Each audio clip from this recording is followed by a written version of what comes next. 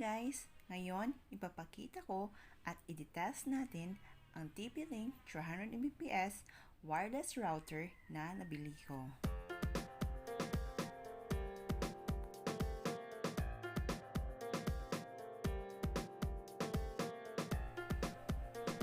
Ngayon, bubuksan natin yung box para malaman natin kung ano ba yung mga package contents niya.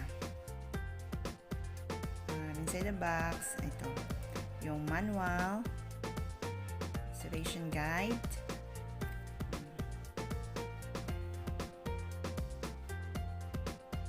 tsaka yung wireless router niya.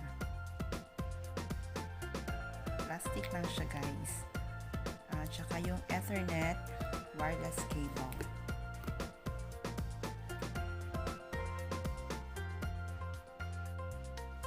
Ito guys, tatanggalin natin yung yung plastic cover.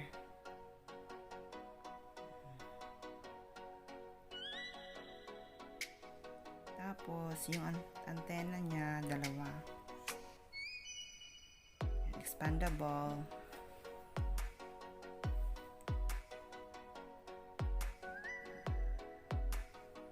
Ito yung likod, ito yung harap. Plastic lang siya guys, plastic lang lahat.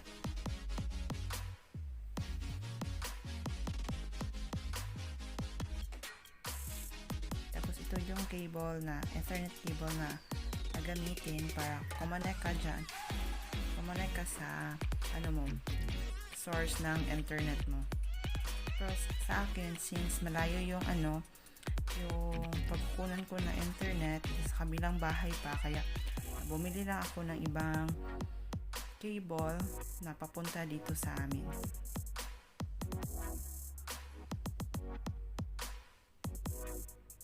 Dito mo din makikita sa sa manual niyan, doon mo makita yung mga guide kung paano siya ikabit, kung saan ilagay yung internet cable, andun yung saan ilagay yung plug.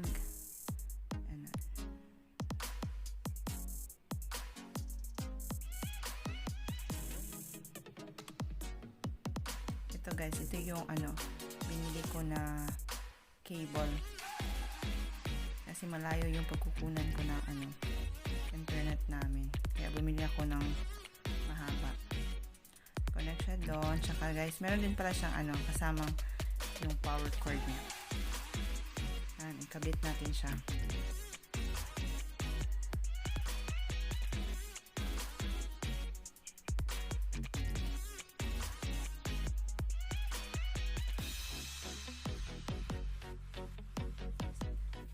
Try natin kung gumagana ba. Let's wait and see. Yun, ilaw na.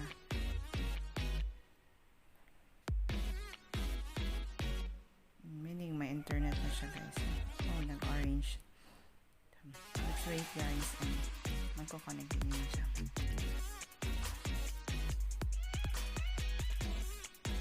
May internet na siya guys.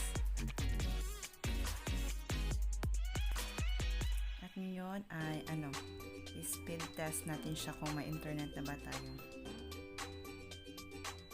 Naka-connect na ako sa wifi namin guys. TP-Link wireless router namin.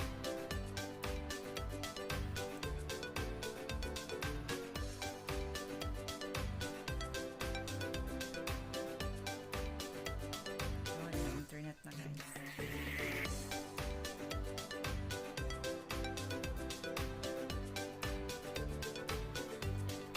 Yung source of internet pala namin guys is PLDT. Yun, yung download niya is 35.97 Mbps.